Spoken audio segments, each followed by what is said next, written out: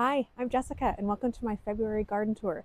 This is month 2 in my monthly garden journal here in Zone 8B in the Pacific Northwest. I'm going to walk you around the garden and show you what's emerging, what's blooming, and what's changing as we move towards spring, because signs of life are emerging.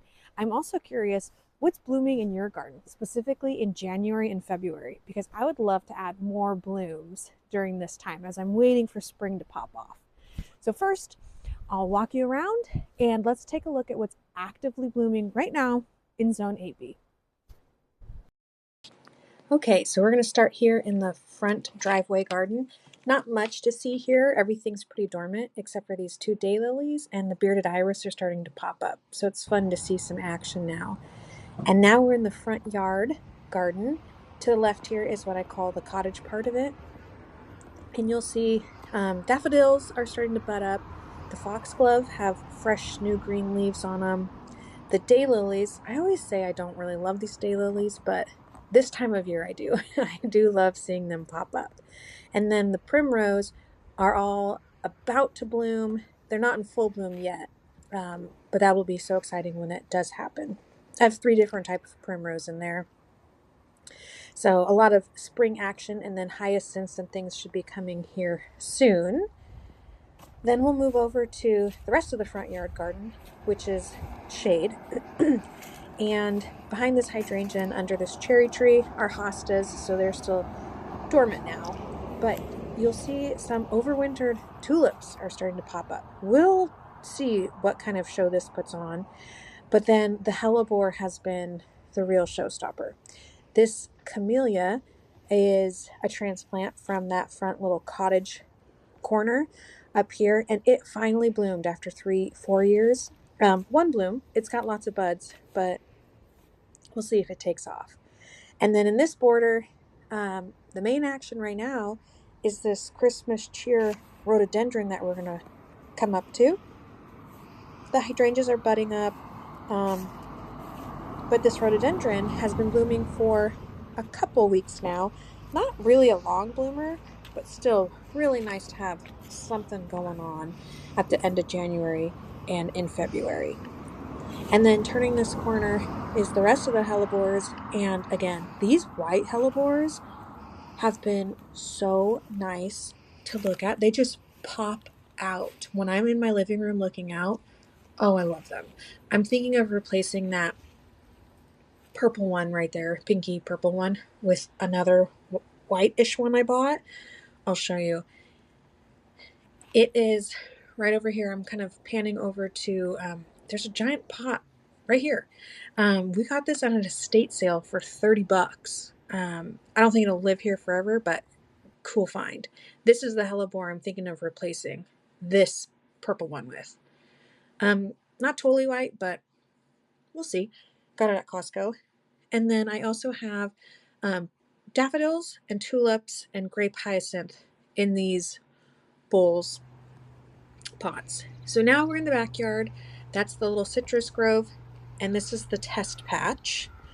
The main thing here is I moved that azalea, like I was talking about in my January tour.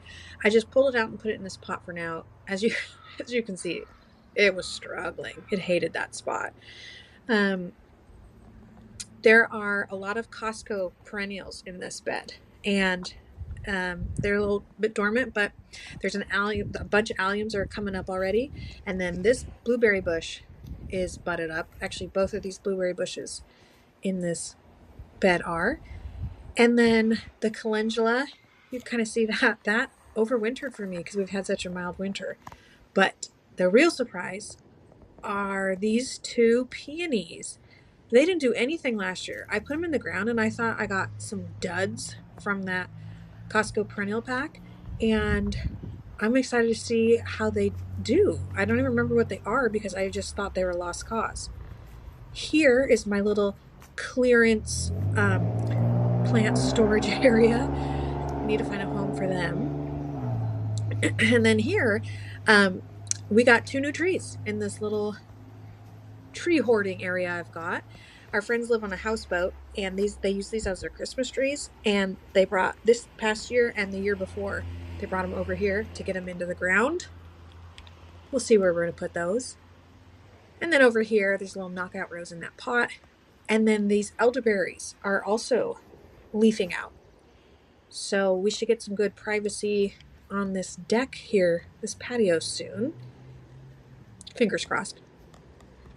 And then we are to our hydrangea shade border. Again, not too much happening here. The hydrangeas are budded up already, so I can remove the last year's blooms. And then here you'll see I'm coming up to where I took out the azalea. I popped in the evergreen huckleberry. It's still in its nursery can. I just set it in the hole because we actually have our cold snap came in February. So I just put it there for extra insulation until I figure out where I'm going to put it. I'm actually not sure I'm going to keep it in that spot. I love seeing the green leaves or green buds on the hydrangea.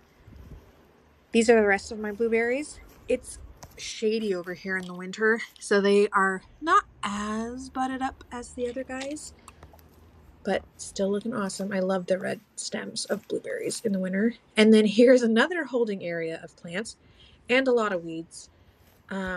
It's just been so rainy here. I have just not gone out here in any part of the garden to weed. These are phlox from those Costco perennial bags. These are white ones. They kind of bloomed last year, but no real show. So we'll see what happens this year.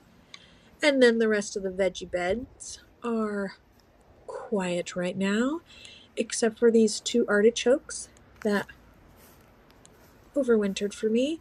I am putting these white buckets on top of them during this cold snap because in previous years I have lost artichokes when it gets too cold. So I'm hoping to save these guys and get some quick, good growth on them and lots of artichokes.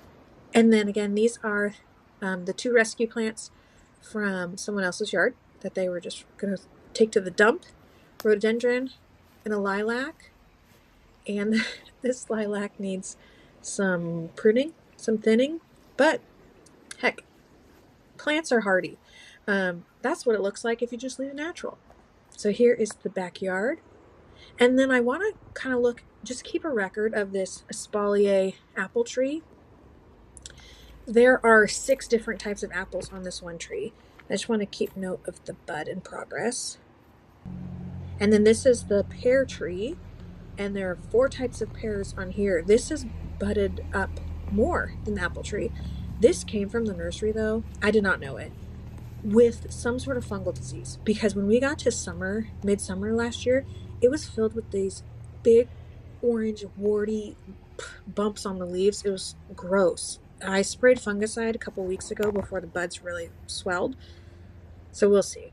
But I want to keep an eye on this, and I'm filming it for a log to see how this progresses.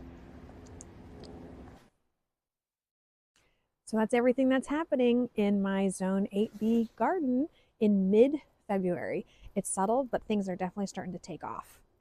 And as a reminder before you go, I'd love to know what's happening in your January and February garden. Specifically, if it applies to Zone 8B, I would love to add more blooms this time of year. And I just want to say thank you for joining me for month 2. If you'd like to follow along on the journey, I'd love to have you subscribe. But either way, I will see you next month. Have a good one.